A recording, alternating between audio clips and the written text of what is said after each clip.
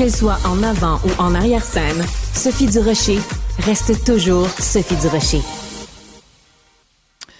Avec Nick Payne, mon Dieu, il va falloir que je me calme parce que je t'offrais pas l'année. Je vais péter une crise cardiaque avant la fin de l'année 2024 si c'est rempli d'histoires comme ça de cette juge de la Cour suprême. Bonjour, Nick Payne, analyste politique.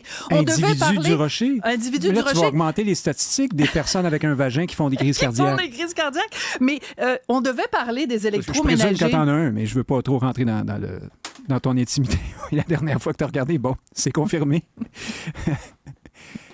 Non, mais c'est absurde. Alors, attends juste 2 secondes. Si tu fais la mise en contexte. On devait parler des électroménagers. Mais sais-tu quoi? L'heure est grave. Tant pis pour les électroménagers. Mais là, t'es à broil, si je comprends bien. Moi, je suis à broil, puis mets-moi pas à bake pendant 350 degrés parce que je risque de vraiment... Essorons le wokisme. Essorons les wokismes. Alors, pour ceux qui n'ont pas entendu l'introduction de cette émission, il y a une juge de la Cour suprême et j'ai le jugement en face de moi. C'est l'alinéa 109. Elle parle, au lieu de parler d'une femme, elle dit « Lorsqu'une personne ayant un vagin témoigne de manière crédible et avec certitude d'avoir ressenti une pénétration pénovaginale... » Parce que c'est un cas d'agression, là. C'est un cas de viol, j'ai oublié de le mentionner. Et elle reproche au juge du procès d'avoir utilisé le mot « femme » parce que c'est une utilisation regrettable qui a causé de la confusion. Elle est où la confusion, Madame la juge? Je pense que c'est dans votre tête à vous qu'il y a de la confusion. En tout respect, votre honneur. J'aimerais ça imaginer qu'il nous manque des éléments de contexte, là, mais je n'arrive pas à voir dans quel contexte ce serait possible que ça ait du bon sens de dire ce qu'elle a dit, la juge. Mais moi, ce que ça me fait résonner en moi, c'est ces commentaires qu'on entend tout le temps. Ah, le wokisme, là, c'est rien, c'est une mode, c'est chez les jeunes, c'est dans les facultés perdues aux États-Unis ou même à la limite à Concordia ou à l'UQAM, mais c'est pas sérieux. C'est très sérieux. Le pouvoir est désormais ruisselle de ce fanatisme-là. C'est un fanatisme. Oui. Et c'est le fait d'une toute petite frange des classes aisées de la société. C'est pas n'importe qui tombe là-dedans, mais ce sont des gens puissants. Puis tu sais quoi? Parce que, sais-tu pourquoi? Parce que, mettons, toi, t'es au coin de la rue ici, t'es au coin de Berry puis Sainte-Catherine, puis il y a une voiture qui frappe une femme. Connais-tu un seul individu au coin de Berry et Sainte-Catherine qui va dire « Oh, un individu avec un utérus vient de se faire frapper. » Ben non. Évidemment, puis quand les ambulanciers vont arriver, ils vont traiter cette personne-là comme une femme parce que c'est pas toujours pareil comme un homme, là, voilà, en termes médicaux. Ils vont peut-être regarder sa carte d'assurance maladie pour voir si c'est un homme ou une femme. Est-ce que si elle a le ventre gonflé, c'est possible qu'elle soit enceinte? Puis tout ça, il y a quand même des éléments de base. Quand tu arrives dans le concret, la biologie. Oui, c'est ça, dans le dur, là, la science reprend ses droits, mais à l'extrême limite, tant qu'on n'est pas face au mur. On décide que les hommes et les femmes n'existent plus. Puis là, dans ton cas, c'est formidable parce que c'est une militante, cette juge-là, apparemment, des droits des femmes, qui invisibilise la femme en chicanant un juge qui a utilisé le mot « femme » pour parler d'une femme, en l'occurrence. Voilà. C'est fantastique. Alors, tu parlais tout à l'heure du contexte, et en effet, le contexte est important parce que c'est une cause de viol, donc c'est une femme, une plaignante, qui affirmait avoir été violée, pénétrée vaginalement par un monsieur avec son pénis, OK? Donc, il n'y a aucun des deux qui est transgenre. C'est même pas une question de ça, là. C'est un homme biologique qui aurait agressé une femme. Alors, elle n'est pas en transition, elle. Là, c'est même pas du tout ça. Parfait, excellent. C'est que, la dame, elle affirme qu'elle s'est réveillée. Et là, le gars était en train de lui rentrer son pénis dans le vagin. Lui, il dit non, j'ai jamais ça. Elle a dû confondre avec autre chose. Et le juge de première instance, donc le juge du procès, a dit n'importe quelle femme est capable de reconnaître quand il se passe quelque chose dans son vagin. Et c'est ça, ce vocabulaire-là, que la juge Sheila Martin, je vais le répéter son nom, la déshonorable Sheila Martin, c'est ça qu'elle n'aime pas.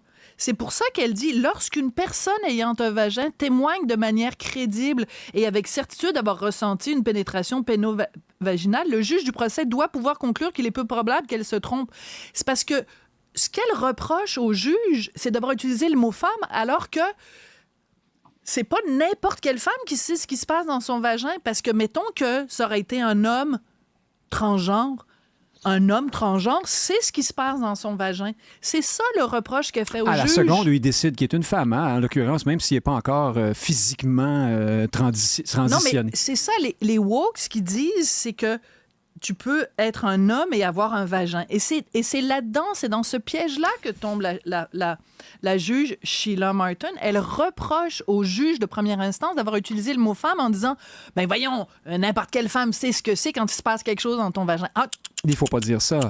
Non, c'est ça, parce qu'il y a des femmes qui en ont pas. Parce qu'il y a des hommes avec un vagin. C'est ça. Ou, bref, oui, c'est ça. Voilà. Mais le Canada est l'État woke par excellence dans le monde. C'est ça, et on en a l'illustration à travers ça. C'est la Cour suprême, là. C'est une juge de la Cour suprême. C'est pas un tribunal administratif pour une chicane de clôture à Saint-Clin, là. Ben non. C'est fantastique.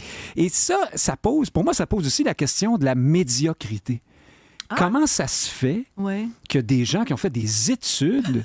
qui sont devenus juges à la Cour suprême, sont épais comme ça. Il n'y a pas d'autre façon de poser la question. À quel point ils manquent de jugement. Ils sont juges, mais ils manquent de jugement. Oui, et alors je dis épais, je ne suis pas gentil, mais en tout cas, ils sont fanatiques, certainement. Comment peuvent-ils laisser passer le fanatisme, la croyance, c'est vraiment un phénomène religieux, l'idéologie, la révélation, faire passer ça avant le bon jugement, la science, le bon sens le plus élémentaire. Comment ça se fait que notre système d'éducation a permis ça? Mm-hmm. Je pense qu'il y a une question véritable qui se pose là. Il y a quelqu'un qui a nivelé par le bas quelque part pour qu'on en arrive là. Puis je reviens à la question des classes aisées puis des gens qui tombent facilement. Pour moi, tout est là, qui tombent facilement dans ce genre de religion-là. On a vraiment l'impression de... les concepts ont déjà été énoncés là-dessus. L'élite qui fait sécession, les petits ou grands bourgeois qui se voient au-dessus de la plèbe moralement. On est là-dedans. Là. Voici des gens qui ont...